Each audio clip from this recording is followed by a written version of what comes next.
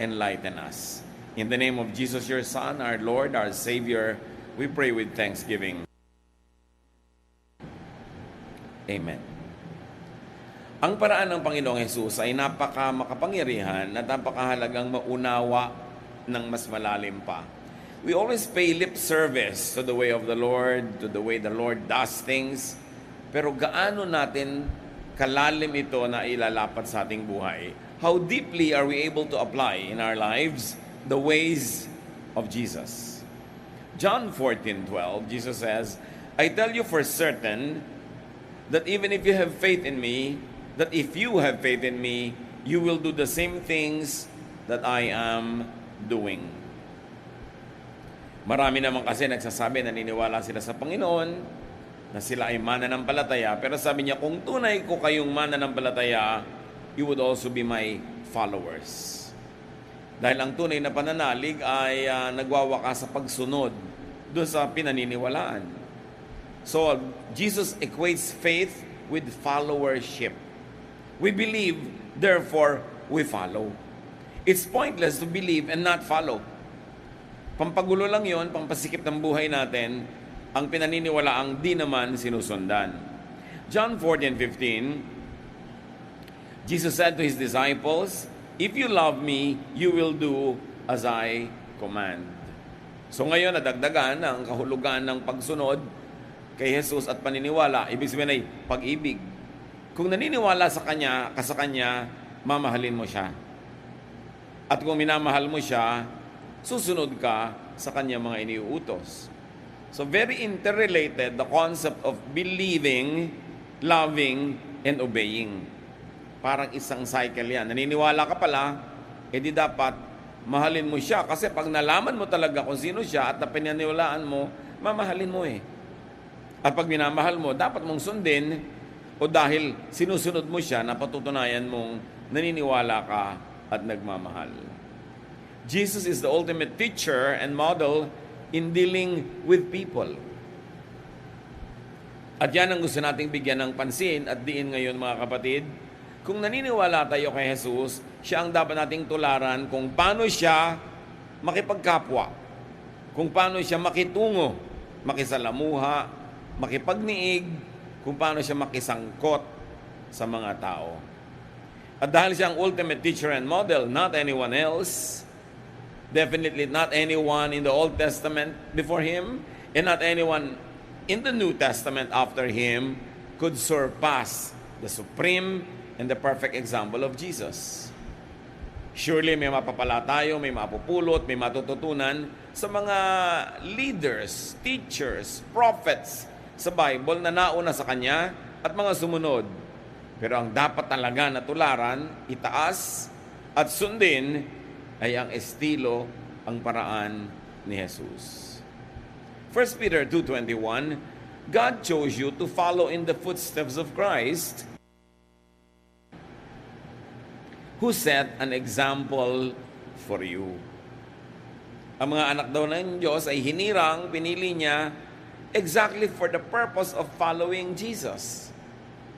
Kung si Jesus ay anak ng Diyos at ang mga mananampalataya ay anak ng Diyos, pinarami ng Diyos yung anak niyang si Jesus sa pamamagitan ng marami niyang mga anak na mga tagasunod ni Jesus. And Jesus had one supreme command, that is to love people. Paano sasabihin ng isang taong siya'y mananampalataya kay Jesus kung hindi siya maibigin? Kung hindi niya inuuna na ibigin ng tao, yun ang pinakamahalagang utos ni Jesus. John 13:34, but I am giving you a new command. You must love each other just as I have loved you. So, a new command. Meaning isa lang, hindi many. A new command meaning this has never been commanded before in the same way that it's being expressed. It is not old, and in fact, it replaces the old. Bakit in-emphasize ang Panginoon na meron siyang bagong command? Because Israel lived by the 10 commandments. Ang dami nun. And in addition, Israel developed 613 other commands called mitzvots. So 613 plus 10 is already what? 623 commands.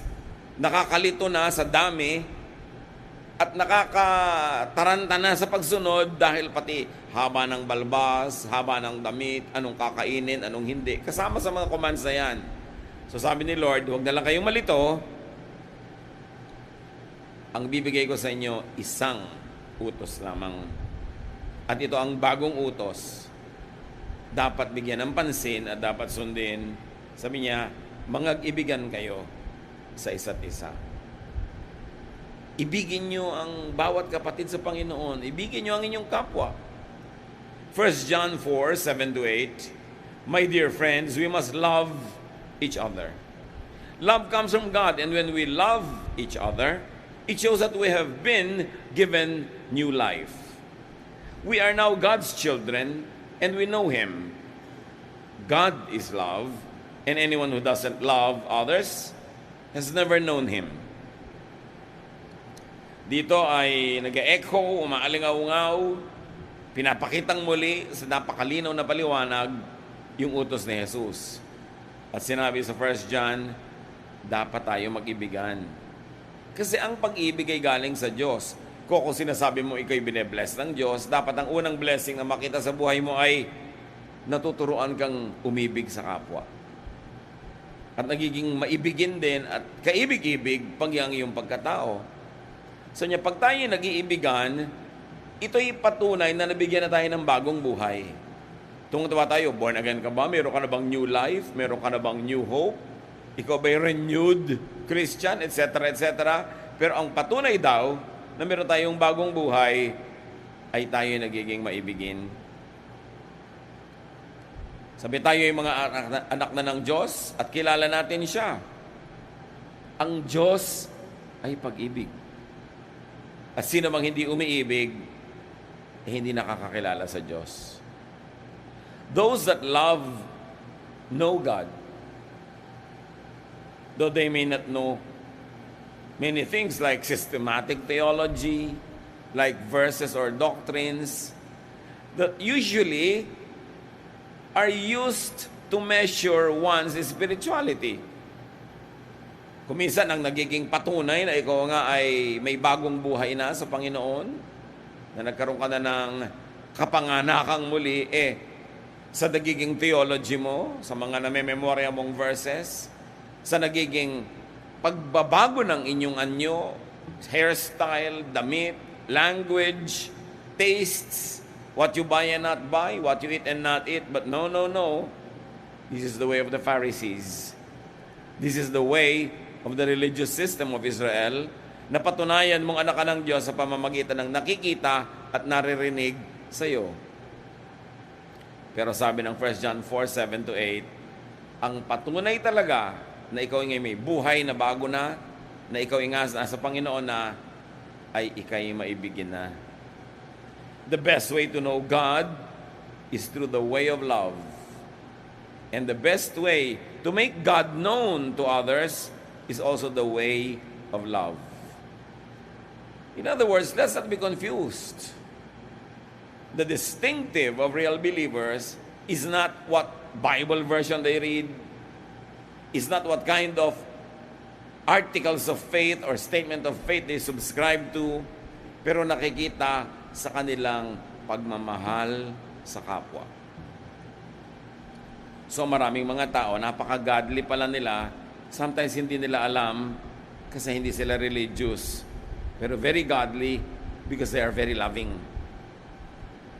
Meron naman mga tao, very religious, pero hindi loving.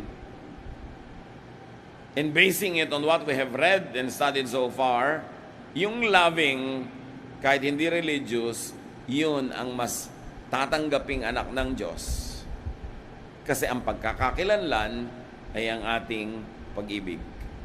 Those that do not love do not know God. Though they may know systematic theology, verses or doctrines, etc., etc.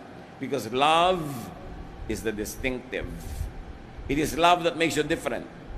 It is your love, your capacity to love, your willingness to love that makes you identifiably a follower of Jesus. Napapansin niyo ba mga kapatid, na babaligtad pa nga ako minsan yan eh. Pag ang isang tao nagiging very religious, madalas nga nagiging hindi pa siya loving eh. Yes, may love, pero only among the congregation where that person belongs. Pero may hatred sa ibang congregations, may disapproval and merong rejection of what you might call an unbeliever. In other words, walang love. Kumisan nga pag ang tao nagiging sobrang reliyoso, doon pa tumitigas ang puso.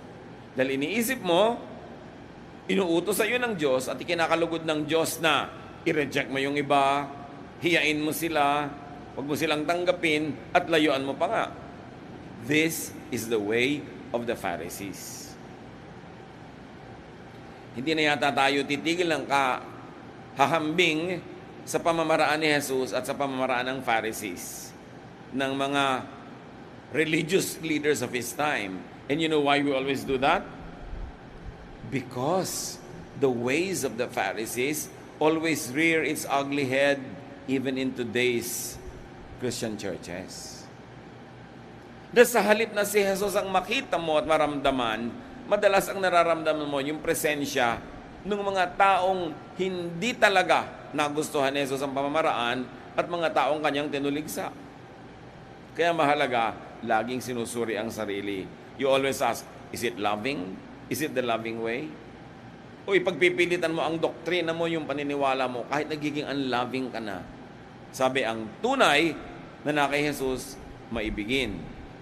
At ang hindi maibigin, ano man ang kanyang argumento na siya'y makadiyos, pag hindi siya makaibigin, sabi ng Biblia, hindi niya kilala ang Diyos. Jesus teaches us to forgive. Isa yan na cornerstone teaching ng Panginoon. Because love is to forgive. So you love to forgive. You love people to the point of being able to forgive them. Napapansin naman siguro natin mga kapatid, pag mahal mo yung tao, mas madali magpatawad. Pag iba yung gumawa, sinisingil mo, pero pag mahal mo sa buhay, libre. Kasi mahal mo eh. At sabi naman talaga sa scriptures, love covers a multitude of sins. So love to forgive. Love to the point of being able to forgive. And forgive to love. Cyclical. Mahalin mo para mapatawad mo. At patawarin mo para mamahal mo. O kung nagkasala sa iyo, dati mong mahal, patawarin mo para mamahal mo ulit. In other words, it's not enough to say, I forgive you. Huwag na lang tayo magkita ever again. Lumayo ka na lang sa akin. No, you forgive to be able to love again. Kasi love is the cornerstone of your faith. Love is the distinctive by which you will be known. Therefore, you turn hatred into love. That's why you forgive. That's why you make peace with people. Not only so that trouble will stop, but so that you can begin to love again. And why does Jesus want us to love? One, because people need love, especially when they don't deserve it. Napansin nyo ba na ang tunay na nangangailangan ng pag-ibig ay hindi yung kaibig-ibig? Yung hindi karapat-dapat mahalin, yun talaga mga gutom sa pag-ibig. Kasi una, dahil hindi sila karapat-dapat, wala naman siguro halos nagmamahal sa kanila. So sino ngayon ang mas nangangailangan ng pagmamahal, di ba? Sila. So you love people because they need it. Because that's what Jesus would do. But also, you love people because you need it. We were created by God to love because God is love. So everybody has so much love to give. At pag hindi mo na ibigay yon, parang sasabog na bulkan yon sa loob ng iyong dibdib. Marami tayong pag-ibig na gustong ipahayag, ipadama, kaya dapat buksan natin yung mga avenues. But most of the time, the people that we love hurt us. Whether they know it or not, we get hurt by the people we love. Because when you love people, you're sensitive to them. You are sensitive to what they do and not do. Nagiging maramdamin tayo pag mahal natin ang tao. Kasi ramdam na ramdam mo kung hindi ka kinausap, hindi ka tinext, hindi ka sinusuyo, ramdam na ramdam mo. Samantalang hindi ka makausapin ng iba na hindi mo man mahal, ano naman, hindi mo naman pinapansin yon. Kaya ang pinakamadalas na maging object ng ating galit, tampo, hinanakit, ay yung mga mahal natin sa buhay. Ano ngayon ang mangyayari kung yung mahal mo, nasasaktan ka, sinasadya man niya o hindi? Magagalit ka ngayon, o magdaramdam, maghihinanakit. Di ba lugi ka nun kasi merong negative baggage yung puso mo? Na habang hindi mo naman na-i-express yung tunay mong pagmamahal, nahihirapan ka rin. Kaya ang tinuturo ng Panginoon, magpatawaran kayo. Huwag kayong gumamit ng pride sa mga mahal nyo sa buhay because pride makes you sad. Pride separates you from people. Humility connects you with people. Non-forgiveness separates. Forgiving people connects and reconnects. And when there is connection, we all benefit. Hindi ka inuutosan ng Panginoon na magpatawad para ka ipalugi. Inuutosan ka magpatawad para ka makinabang. At para makinabang din ang iyong papatawarin. Isa pang estilo ng Panginoon na lagi nating idinidiin, Jesus teaches us not to judge one another. Bakit? Pag judgmental ka, baka 99.99% ng mga tao, may makita ka mali. Pag nakita mong mali, maaring mabawasan ang affection mo o mainis ka pa o magalit. So, sino na naman ang lugi? Di ikaw. At pag lagi ang nakikita mo yung mali, lumulungkot ka. Na-o-offend. So, para ka sumaya, don't judge other people. At para rin sila sumaya. Kasi marami naman sa atin mga kapatid, hindi naman tayo kontentong mag-judge na tama siya o mali siya. Pag nabigyan na natin ng judgment, usually, we also want to do the next thing, to punish people. Suriin niyo mga kapatid, mahilig ba kayo magparusa? Kasi ang pagpaparusa, kakambal ng judgmentalism. Pag may taong nakagawa sa inyo ng mali, paano niyo pinaparusahan? Mahal nyo sa buhay, kasambahay nyo, meron kayo hindi na gustuhang kilos niya o sinabi niya, paano nyo pinaparusahan? Di nyo pinapansin?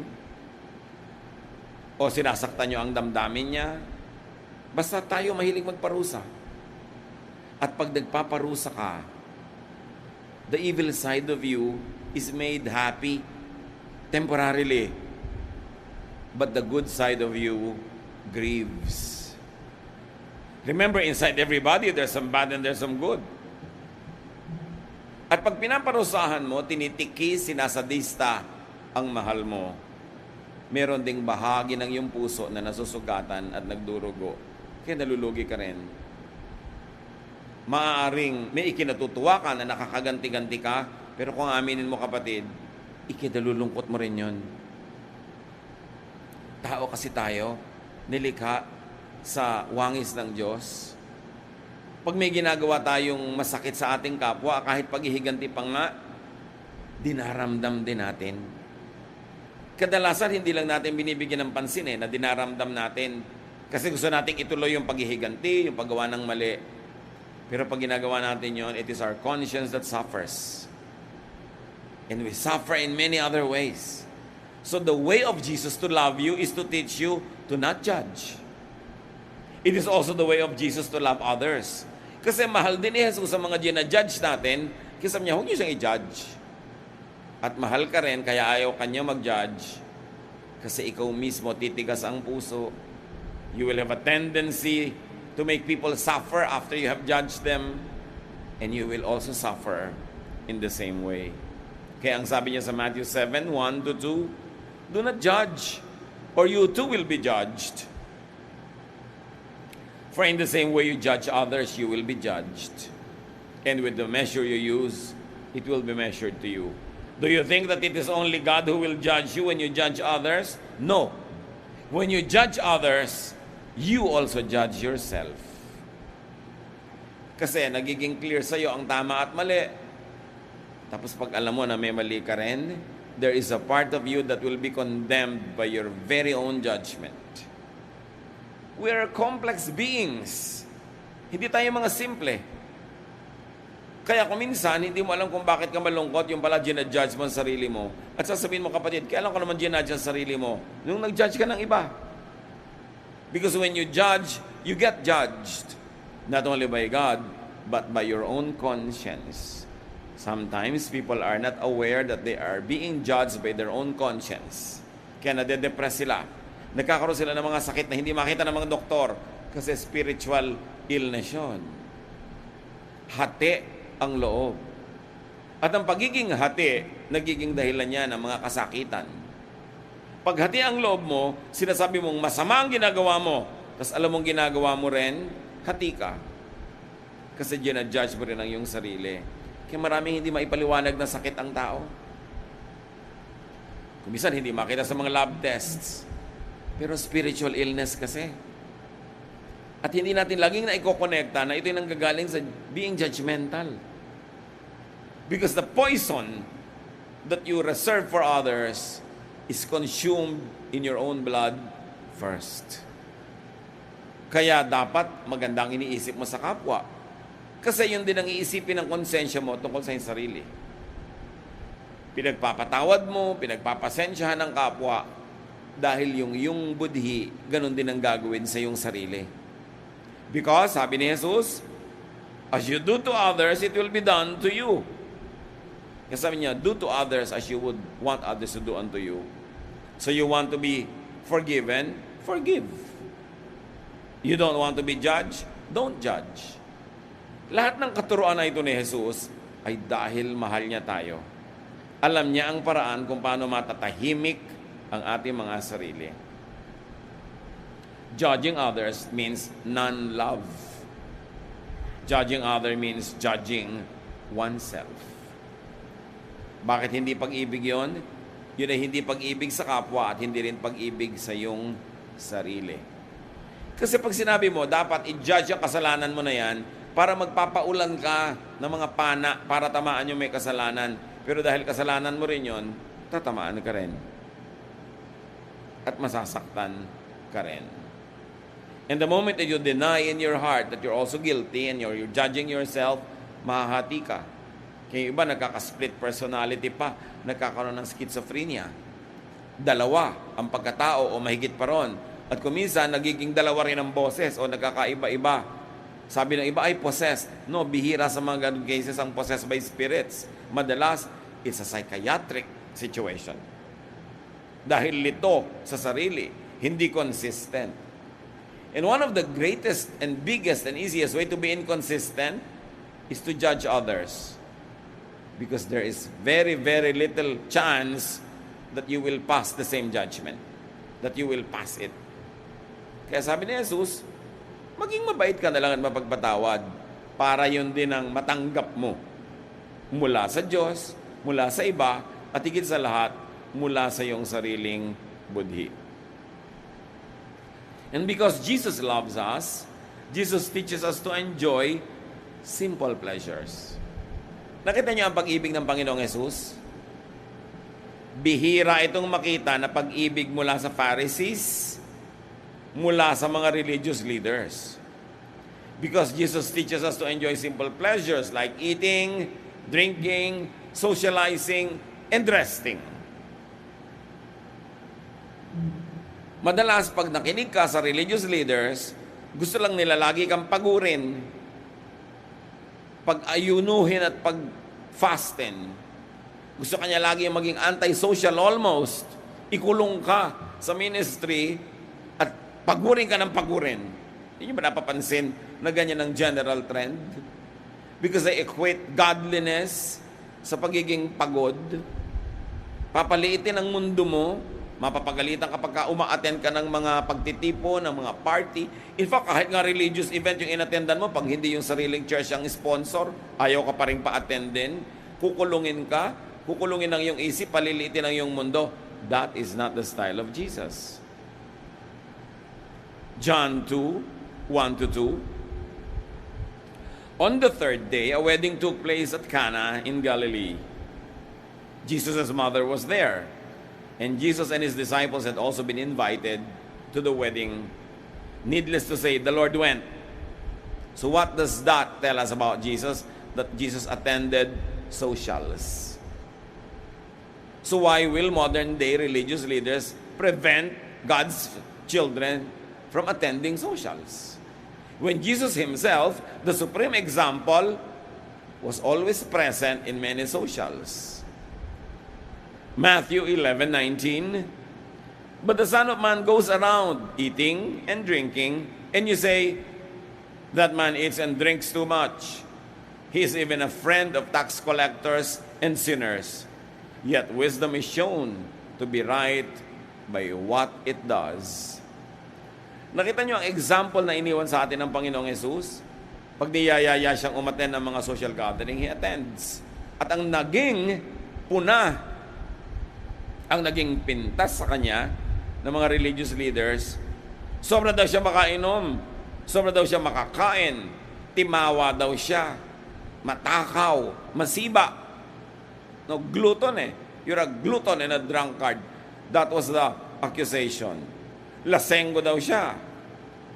Sabi niya ganon, at siya pa ay kaibigan ng mga masasamang tao, ng mga makasalanan.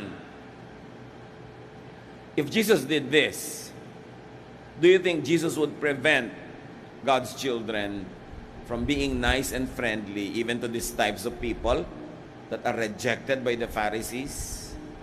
Do you think that when you ask Jesus, pwede po ba ako umattend ng party? Jesus would say no. But 99% of religious leaders would say no. Worldly yan. So itatanong mo sa kanya, sino po ang model? Ang Pharisees. Pero sino ba talaga ang model ng mga mananampalataya? Di ba si Jesus? At pati yun, nagbigay siya ng puwang, nagbigay siya ng freedom.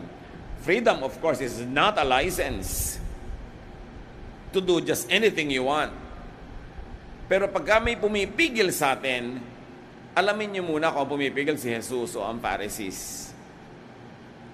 Kung ang pagpigil ay nanggagaling sa kautusan ni Jesus o sa tradisyon ng mga Pharisees, para ma-calibrate nyo at ma-adjust, mga kapatid, ang behavior doon sa mga pumipigil at sa kanilang pagpigil.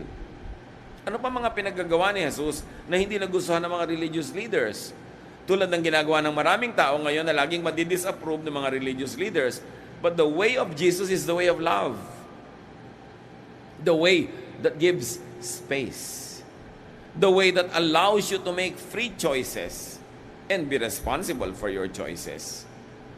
Jesus never simplified things into black and white, right or wrong. Maraming mga gray areas siya na pinuntahan at ginawa.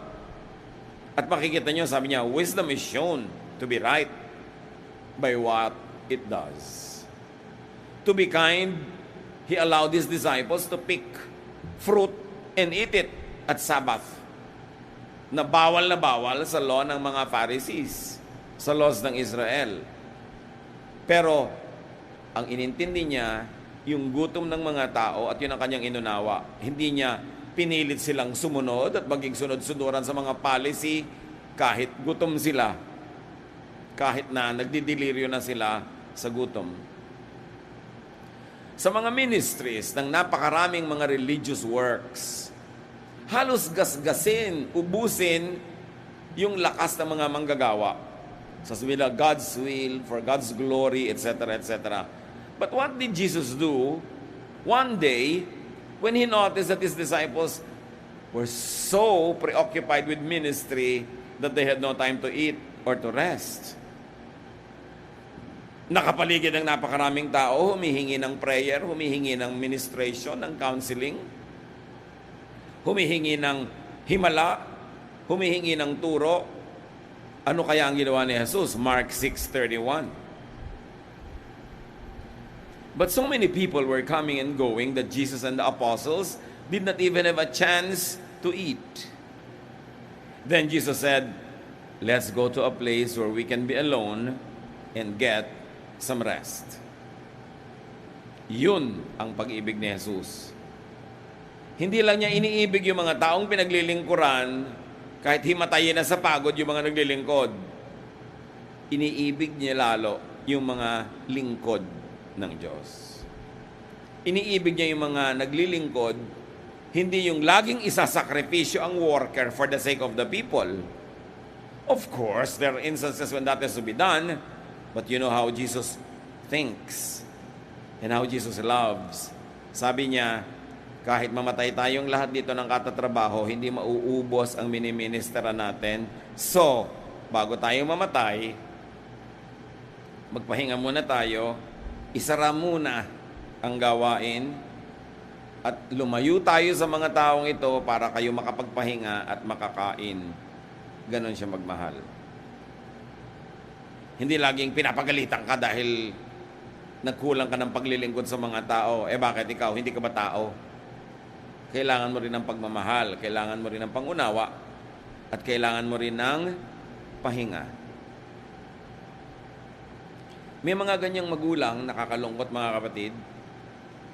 Kung ikaw tong matino, ikaw tong marunong, ikaw tong responsable, ikaw tong may trabaho, ikaw tong kumikita, yung ibang magulang sobrang magmahal doon sa mga anak nilang batugan, tamad, walang trabaho, palaasa. So gagasgasing ka na anak na matino. Ikaw ang laging hihingan, ikaw ang laging sabihin, pasensya ka na anak, lagi ka na lamang na dinadaingan, kinokonsyensya para yung pera mo makuha ng nanay mo o ng tatay mo sa iyong pocket at ilagay sa bulsa ng mga anak nilang walang trabaho. So you say, ganyan ba umibig ang Diyos? Siyempre, mahal mo rin yung naglilingkod, lalo mo nga yung minamahal. Hindi lagi mo sinasacrifice. Pinoprotect mo rin. That is the love of Jesus. Hindi lang yung makadiyos ang lagi nilang magtiis, maghirap. Sabi niya, teka, mag-retreat muna tayo, mag-refresh kayo, magpahinga kayo. Lord, ang dami pong nagugutom, pero kayo gutom na rin. Kayo na muna, babalikan na lang natin sila. Hindi yung bulag na paglilingkod na namamatay na yung naglilingkod, sige pa ng sige. Very considerate. Pagka inaral natin at sinuri talaga yung character ni Jesus, you will fall in love with Him. Nakakapagtaka, marami mga tao lumalayo sa church, nagiging atheist, nawawala ng gana sa religion. Alam nyo, ang kaisa-isang dahilan lang, ang totoo, hindi pa nila nakikilala si Jesus, hindi pa nila nababatid ang pag-ibig ni Jesus, tas ang nakilala nila, pinagsawaan at kinadalaan yung sobrang pag-exploit, paggamit, kahigpitan, at lack of love ng mga religious leaders. So they think that when they are turned off with organized religion, when they are turned off with the leadership, they think that they also are turned off with God because they mis-equate those people with God. Akala nila yun ang utos ng Diyos. Therefore, kasi itong akala nila ay lingkod ng Diyos, hindi nila nagugustuhan, dapat hindi na rin nila magustuhan ng Diyos. Sa mga nakausap ko po ng mga nagsasabing sila ay atheist, ayaw nilang maniwala sa Diyos, pag sinuri mo, ang ibig lang nilang sabihin na ito, hindi sila naniniwala sa organized religion, hindi sila naniniwala sa isang particular na sekta o pamamaraan, o hindi sila naniniwala sa isang doktrina. Kaya sabi ko, ihiwalay nyo ang issue ng Diyos sa issue ng religions who are saying that they represent God. Because these institutions could misrepresent God. So kung gusto nyong lumayo sa kanila, edi lumayo kayo, pero huwag kayong lalayo sa Diyos. Hanapin nyo ang Panginoon. Gusto nyo sa ibang paraan, sa ibang institusyon, sa ibang grupo, pero huwag nyong idamay ang Diyos sa mga pinaggagawa ng mga religious leaders at ng mga religious organizations na nakaka-turn off sa inyo. At naiintindihan nila. Oo nga, katulad na lamang sa Russia, nung umuso ang socialism, that they wanted really to develop into full-blown communism, Pinagbawal nila ang relihiyon, isinara nila ang mga simbahan. Bakit? Kasi dala sila sa kasaysayan kasi ng Europa at lalong-lalo ng Eastern Europe, ng Russia. Sobrang hirap ng mga tao at ang nagpalala ng kahirapan nila ay ang pagtuturo ng simbahan na magtiis lang lagi at intayin na lang kabilang buhay dahil doon na lang babawi. Napag-isip-isip yan ng mga philosophers at sabi nga nila, lalo ni Karl Marx at ng iba pa mga thinkers, sabi nila, religion is the opium of the people. In other words, they think of religion as just a tool of the powers that be, meaning yung sabuatan ng hari at ng simbahan, ng palasyo at ng simbahan, para panatilihing mga tao, huwag silang mag-alma, huwag silang mag-alsa, at patuloy na makinabang yung dalawang powers, yung palace at yung church. So in reaction to that, socialism rejects religion. Pero nakilala ba nila talaga yung Diyos? Nakilala ba nila talaga ang Ama sa pamamagitan ng pagpapakilala ni Jesus? O ang nalaman at nakilala nila tungkol sa Diyos ay baluktot dahil ibinigay sa kanila ng relihiyon na nami-misrepresent ang pag-ibig ng Diyos? Kaya dapat paghiwalayin ang mga issues na ito. According to the example given by the Lord, everyone must have and must be given space and time to rest. Everyone must be given a chance to be alone to be able to rest well. Hindi na kailangan pag-usapan o botohan pa kung sila ba ay magpapahinga, sila ay kakain. Kaya mga kapatid, kung kayo nagpapahinga, may mga time na kayo ay naglilingkod sa Panginoon pero kailangan nyo ng pahinga, kailangan nyo ng break, hindi na kailangan humanap ng reason or excuse or justification. Kung magpapaalam kayo sa inyong ministry, just yung magpapahinga muna ako ng 2 months, you don't have to feel like a sinner. And you must not be treated like a sinner. Hindi na kailangan ipaliwanag pa, o kailangan mo ng pahinga, o sige, gusto ng Panginoon, magpahinga ka. Huwag mo lang sobrang habaan. Magpahinga ka, ibig sabihin, habulin mo yung hininga mo, at pag nahabol mo na, get back to the ministry. Get back to where you belong. At ang nakita natin na personalidad ng Panginoon was that He was a very sociable person. Jesus grew in wisdom and stature, in favor with God and with men. He was socializing. Hindi niya ikinulong ang kanyang sarili, inalayo sa mundo para huwag siya magkasala. Talagang nakihalubilo, nakipagmabutihan siya sa mga matatawag na makasalanan. Sabi niya, I came to seek and to save the lost. Siyempre, hindi naman siya nakisama, pero siya ay nakihalubilo. Bakit siya nakihalubilo? Because socializing is premised on loving. It is premised on giving to and not judging others. Yung pagiging sociable ng Panginoon is a direct contrast to the separatist attitude of the religious leaders. Alam niyo ba na mga religious leaders of Israel noong panahon na yon, kung ang araw ay nakatagilid, hindi tanghaling tapat, na sa anumang angle ay pag tumama sa isang bahay, yung bahay ay magkakaanino doon sa kalsada, sa maliit na lansangan. These religious leaders will never pass by a street with the shadow of the house of a sinner. Hindi sila papayag na maglakad na mapalagay sa anino ng bahay ng taong itinuturing nila makasalanan. Ganon ang paghiwalay nila. Pag unclean ka, hawiwalay ka. Ang konti-konti nang pwedeng makisalamuha sa kanila. Yun ay binasag ng Panginoon. Hinayaan niya ang babaeng dinudugo na humawak sa kanya, bawal yon.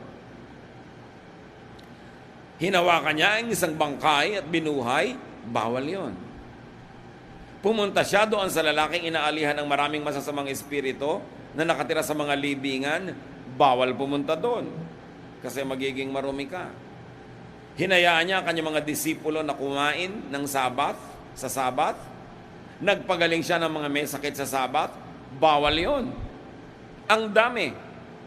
Ipinakita ng Panginoon, sobrang daming bawal sa buhay nyo, hindi na pag-ibig ang natatanggap nyo, at pagka in-implement nyo lahat yung bawal na yan, hindi na rin kayo magiging maibigin. Kaya sabi niya, ang totoo, isang batas na lang ang isa-isip nyo, isa puso at gawin. Love one another.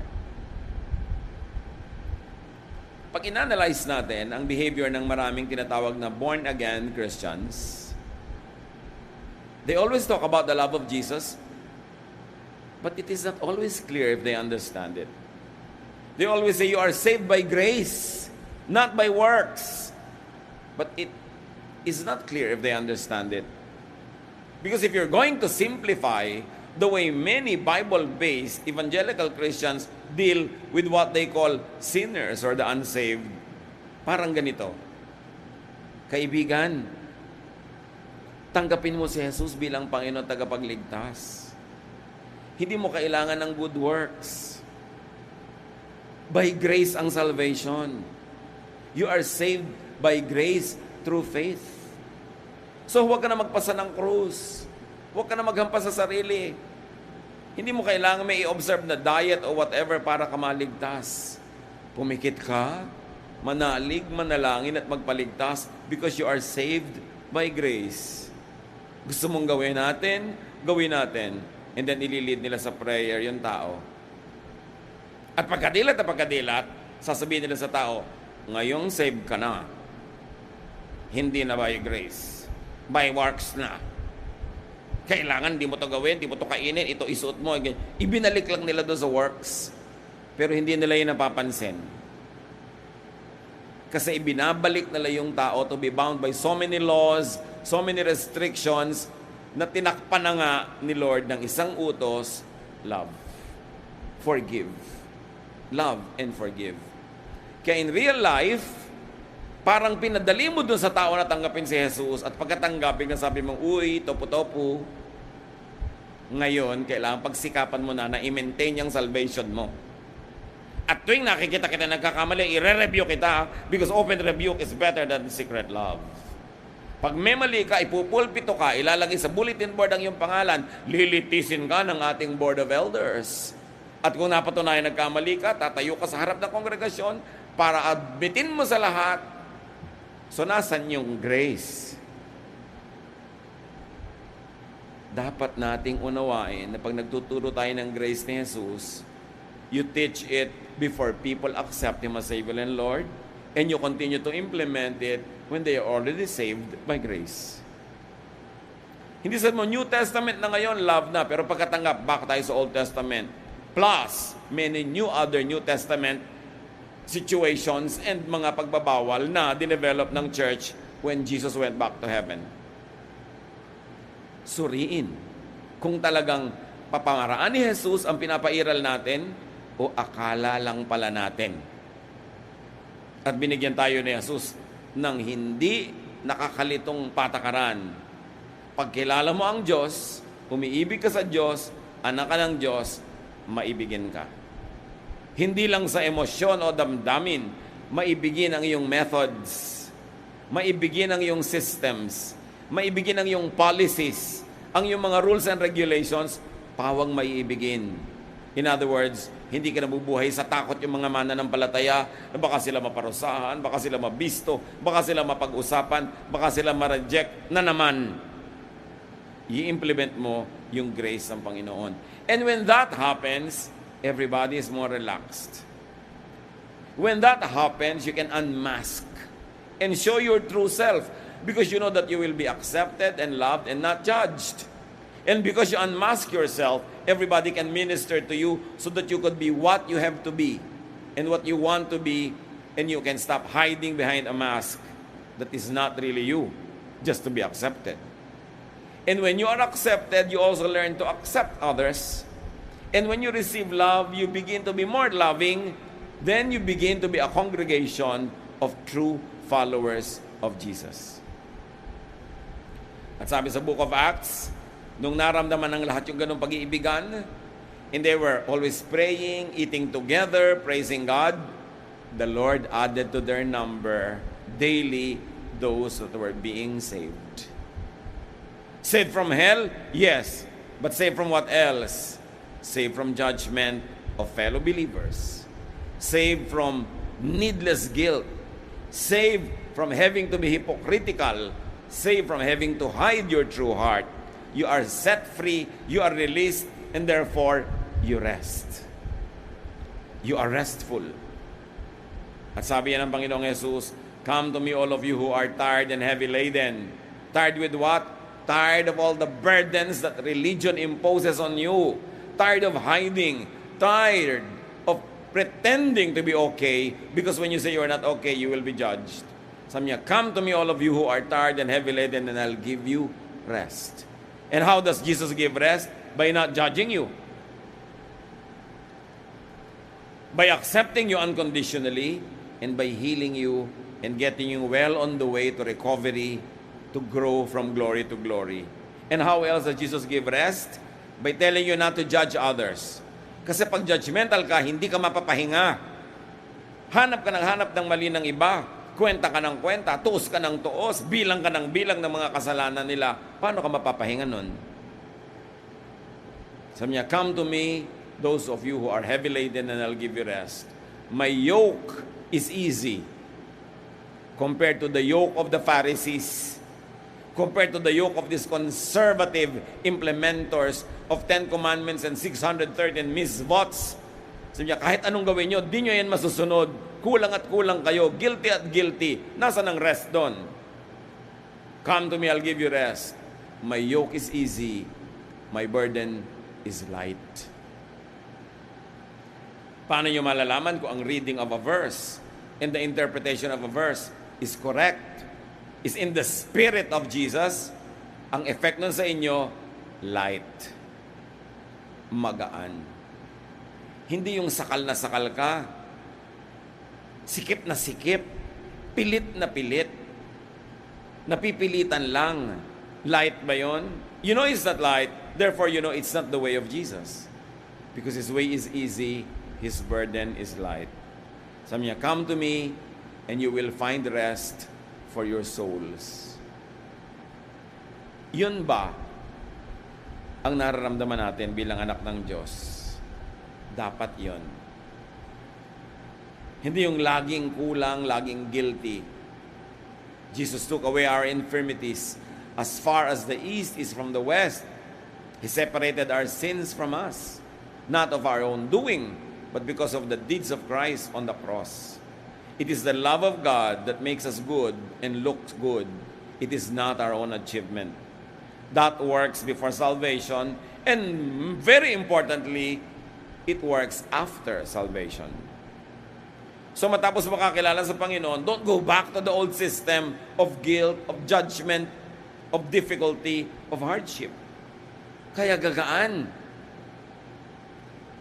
Hindi dahil talagang madali, kundi dahil pinadali ng Panginoon because of His unconditional love. He was called by His critics a glutton and a drunkard. Can you imagine that? It means He was really going around eating and drinking. When will we ever know and accept that? Kasi many Christians have become so Pharisaic and conservative that they deny even these verses. Sabi na, hindi naman siguro, baka naman tubig lang yan. Ayaw mo kasing tanggapin because you were conditioned by religion already to demonize socializing. That even the verses are clear, many people will not accept it, and they will insist on the other, less restful and more judgmental reading of the verse. The first recorded miracle of Jesus was turning water into wine. It was not even healing a sick person. It was turning water into wine so that the party and this wedding reception will not be interrupted just because there was no more wine. Ganun siya kabait. Ganun kahalaga sa kanya yung enjoyment ng mga tao. You know, the people of Israel, especially during the time of the Lord, 99.99% of them were dirt poor. Because the economy was enjoyed only by the Roman colonizers and the local elite, the political and the religious elite. Nasa kanila lahat ang pera at kabuhayan, and everybody else was a slave or a free person but working like a slave. So when they have a wedding and people are having fun, in their eating and drinking, Jesus will not allow it to be interrupted in kindness to these people who work so hard and get so little from life. Ganun siya kabait. How do we translate that into life? Alam natin maraming problema tao. Maraming mahal sa buhay na may sakit o namamatay o namatay. Maraming utang. Maraming pangamba. Tapos nagkakasiya-siya sila ngayon, mangingil-joy ka ba? Ganyan ba tumawa ang Christian? Pasalamat ka nga, napapatawa pa siya.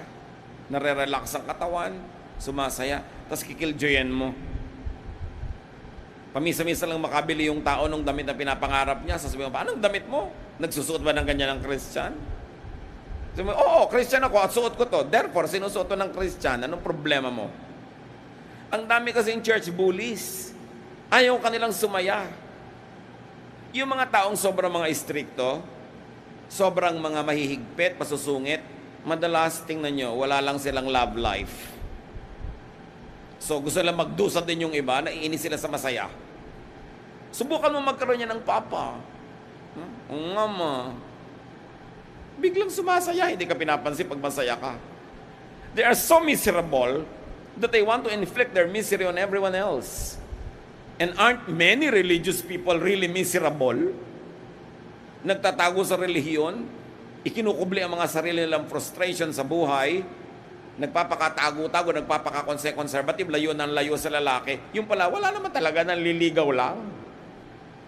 So para huwag na lang mahalata, layo na lang ng layo. At pagka ikaw maraming manliligaw, mainit ang ulo sa'yo. Kukurot-kuroting ka, sisimangutang ka. Di ba gano'n ang mga old maid natin, mga tita, ang hihigpit, subukan mo magka-boyfriend yan, luluwag. Hindi naman lahat. Pero maraming gano'n. Many people are so miserable that they want to inflict others with the suffering that they suffer. Kaya sabi ni Lord, don't be like that. Relax. Learn to love. Learn to enjoy the moment. Because when you are enjoying the moment, when you are rested, when you are well-fed, you become kinder. You become nicer. Not only to yourself, but to others as well. Dapat tigilan na natin mga kapatid yung pag-equate ng spirituality with suffering. Nauso kasi yan yung monasticism, nauso yung mga self-denial ng mga 2nd, 3rd century. Bakit hanggang ngayon may mga taong laging fasting, laging ayaw magsuot na maganda, ayaw umupo sa may kutsyon, ayaw guminhawa, ayaw sumaya? May pinagmumulan yan eh. Noon kasing ang Christianity ay inisponsor ng Emperor of Rome, Emperor Constantine. Binigyan niya ng napakaraming privileges ang mga pare at ang mga bishops. Ginawa niyang state religion of Rome, ang Christianity. So from a persecuted religion, this was now a religion that enjoyed a lot of privileges. To the point that he was giving palaces, a lot of wealth to the bishops. At ang maraming mga ito ay sobrang lumuho ang buhay, nalayo na sila ng nalayo sa mga tunay na kalagayan ng mga tao. May nag-react. Mga relihiyoso inside the church that reacted to this corruption, to this luxury and splendor by going to the other extreme, by denying pleasure, denying comfort, denying everything nice and beautiful and enjoyable from themselves and from their fellow believers. At doon nagsimula yung concept na yan ng puro pagtitiis, puro pagtitiis. Hindi ganyan ang nakita nating example ng Panginoon. He socialized, he mixed with people, he was there in their events. At may mga churches pa, mga kapatid, nagtatanong sa akin sa Facebook ang mga member, Pastor, pwede po bang tumawa? Bakit hindi? Sabi po ng pastor namin, si Jesus hindi tumawa. Ha? May verse ba na nagsabing hindi siya tumawa? Wala daw pong verse na nagsabing tumawa siya. So dahil walang verse na nakita tayong tumawa siya, hindi na siya tumawa. Eto ha, sabi ko, huwag kang malisyoso. May nakita ka bang verse na sinabing umihi si Lord? Wala po. Hindi siya umihi. May verse ba na nagsabing naligo siya ever? Hindi siya naligo.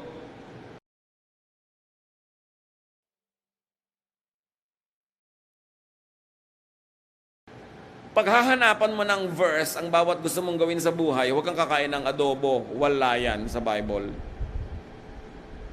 In other words, this kind of interpretation, pinapaliit ang mundo mo. Ang lapad-lapad ng kalsada, doon ka lang papadaanin sa puting linya sa gitna na napakapayat. This is conservatism. And this is the reason why many people are turned off with religion. They think it is from Jesus. No, it is from the Pharisees. So mga kapatid, suriin natin ang lahat. Dapat magaan. At paggaanin natin ang buhay ng mga kapwa natin mananampalataya. Huwag natin husgahan. Hindi mo alam kung anong nangyayaring crisis sa buhay niya ngayon, na pinipilit lang niyang libangin ang sarili niya, kaya siya nagpapaganda, kaya siya tawa ng tawa, tapos papagalitan mo pa. Love like Jesus loved.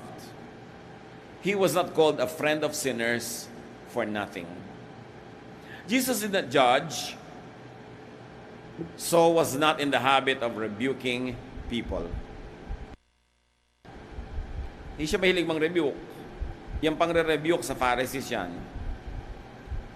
Yung open rebuke is better than secret love is wrongly read and wrongly applied. Excuse ng mga tao na laging gustong mang-rebuke. The very few stinging rebukes of Jesus were directed only at the Pharisees, the religious oppressors, and the religious hypocrites. The habit of rebuking one another came much later, after Jesus, promoted by zealous church people. Makikita nyo rin, kahit sa New Testament, rebukan sila ng rebukan, pero pag binasa nyo talaga, even the disciples were awayan ng awayan. So hindi lahat ng example nila ay dapat sundin, because there's only one person that lived the perfect life who could be an example in every aspect of our humanity, and that is the human Jesus, the other side of the divine Jesus. Siya ang example, hindi ang iba.